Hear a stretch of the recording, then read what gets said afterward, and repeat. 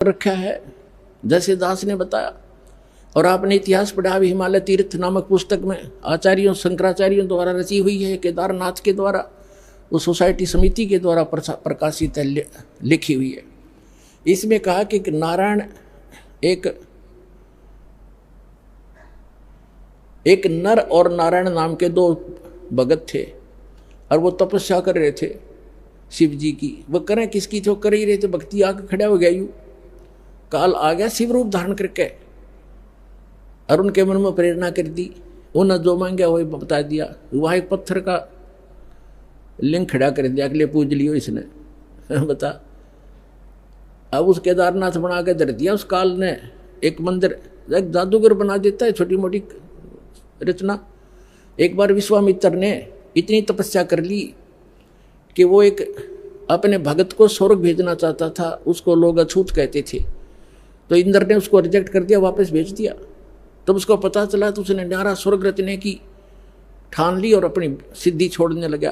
तभी इंद्र ने आके अक्षमा याचना की कि वहाँ झगड़ा हो जाएगा, दो स्वर्ग बनेंगे, हमारा जो है ना शांति भंग हो जाएगी, आप ऐसा ना करो। तो ये तो एक ऋषि कर देता है, छोटी मोटी कहानी। क्या इससे मोक्ष हो गया? एक पत्थर का टुकड़ा स्थापित कर दिया लिंग और उसको कह दिया तुम इसने पूजने जाइयो। ये काल का जाल है और यह आज आपके सामने भी हो रहा है। उसके बाद क्या हुआ आगे कथा सुनाते हैं। ये कैसे छल करता है जीव के साथ। ये तो केदारनाथ की स्थापना आपने सुन ली कि नर और नारायण नाम के दो ऋषि भक्ति करें थे। यू आकर खड़ा हो गया काल के मांगो क्या मांगते हो? उन्होंने क्या मांगा कि आप यहीं रही हो। पत्थर का एक, तो उसने पत्थर का लिंग बना दिया, किसी ने पूज लियो और वो खिस गया। अब मारे जाओ माथा उस पत्थर में, पूजने जाओ उसको। अब आगे एक और अजब कहानी आपको सुनाते हैं हिमालय तीर्थ के अंदर, देखिएगा। ये है हिमालय तीर्थ, वो पुस्तक जो हिमालय तीर्थ है ये, और केदारनाथ की रचना। ये कहाँ से छपी है ये आपको पहले ये देखिएगा कहाँ छपी है। ये देखिएगा,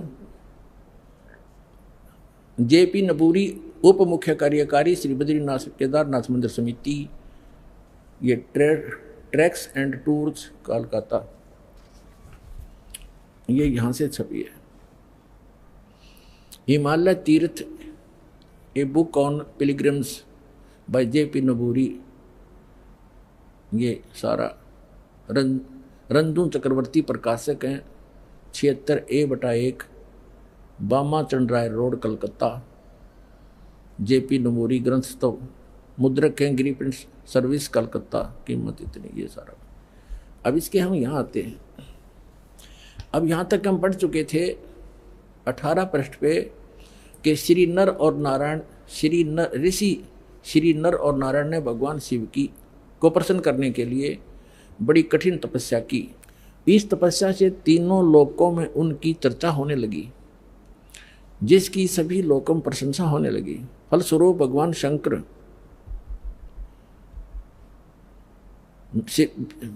शंकर भी नर नारायण की तपस्या से प्रसन्न हुए और उन्होंने प्रत्यक्ष प्रकट होकर ऋषियों को दर्शन दिए। उन दोनों ऋषियों ने भगवान भोलेनाथ के दर्शन से आनंद विभोर होकर स्तुतियों और मंत्रों से उनकी पूजा अर्चना की।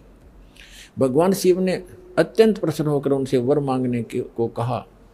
तो भगवान शंकर की यह बात सुनकर उन दोनों ऋषियों ने देवादिदेव महादेव से प्रार्थना की, हे प्रभु, यदि आप प्रसन्न हैं और वर देना चाहते हैं तो अपने इसी स्वरूप में जगत कल्याण एवं हमारी पूजा प्राप्त करने हेतु यहाँ स्थित होवें, ताकि जगत का महान उपकार एवं भक्तों को मनोरथ आपके दर्शनों से परिपूर्ण हो। इस प्रकार भगवान शंकर नर नारायण की भक्ति से प्रसन्न होकर वहाँ स्थित हुए। बताओ, अब कहते हैं देवादिदेव महादेव भी यदि आप हम पर प्रसन्न हों तो भक्तों के कल्याण हेतु आप सदा सदा के लिए अपने स्वरूप को इस स्थान पर स्थापित करने की कृपा करें। यहाँ आकर आपका दर्शन पूजन करने वाले मनुष्यों को आपकी अविनाशी भक्ति प्राप्त होगी। ऋषियों की प्रार्थना सुनकर भगवान शिव ने ज्योतिर्लिंग के रूप में वहाँ वास करना स्वीकार किया। भगवान शिव से वर मांगते हुए नर और नारायण ऋषियों ने इस ज्योतिर्लिंग और इस पवित्र स्थान के विषय में जो कुछ कहा हुआ है अक्सर से सत्य है। इस ज्योतिर्लिंग के दर्शन, पूजन तथा या स्नान दान करने से भक्तों, अब हम 19 पृष्ठ पर आगे हिमालय तीर्थ के लौकिक फलों की प्राप्ति के साथ साथ अचल शिव भक्ति और साथ ही मोक्ष की प्राप्ति भी सहज हो जाती है। हिमालय में केदार नामक पर्वत शिखर पर प्रतिष्ठित होने के कारण यह ज्योतिर्लिंग को श्री केदारेश्वर ज्योतिर्लिंग के नाम से जाना जाता है। केदार शब्द का शाब्दिक अर्थ ऐसे स्थान से होता है जहाँ दलदल एवं अति मात्रा में पानी हो। अब केदार क्षेत्र में यही स्थिति है क्योंकि भगवान शंकर जलधारा प्रिय हैं। नर और नारायण ऋषियों के पश्चात अन्य ऋषि मुनि व भक्तों द्वारा यह ज्योतिर्लिंग पूजित रहा। तत्पश्चात महाभारत काल में पांडव गोत्र हत्या अर्थात महाभारत युद्ध में अपने भाई बंधुओं आदि की हत्या के पाप से मुक्ति हेतु यहाँ पर देवादिदेव महादेव की आराधना द्वारा की गई। अब पुणात्मा थोड़ा सा लिंक सुनाता हूँ। ये काल क्या करता है, कैसे छल किया उसने, उनके अंदर यह प्रेरणा भर दी क्योंकि इसके रिमोट में है कि आप यहाँ स्थापित हों। उसने एक पत्थर धर दिया, लिंग पत्थर का टुकड़ा, कि इसने पूज लिया करियो।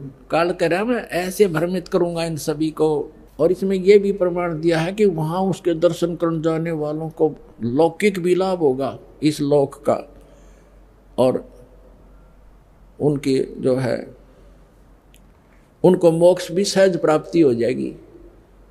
अब ये 15-20 हज़ार ने तो होगी मोक्ष प्राप्ति, वो मर गए बेचारे दब के दलदल में। तो पुण्यात्मा अब भी इतने जबरदस्त ठोकर लगी है मानव के, अब भी आंखें नहीं खुलेंगी तो आपने भांग घनी पी रखी है काल की। परमात्मा कहते हैं कबीर ये माया अटपटी सब गठान अड़ी, और किस किस को समझाऊं या कुएं भांग पड़ी।